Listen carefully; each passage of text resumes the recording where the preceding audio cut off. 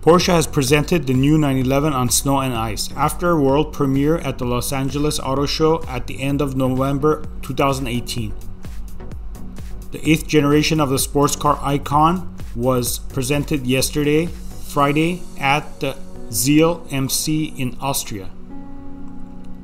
It was the first appearance of the vehicle away from the motor show. For this, a helicopter flew the new 911 to the location at an altitude of 1,408 meters.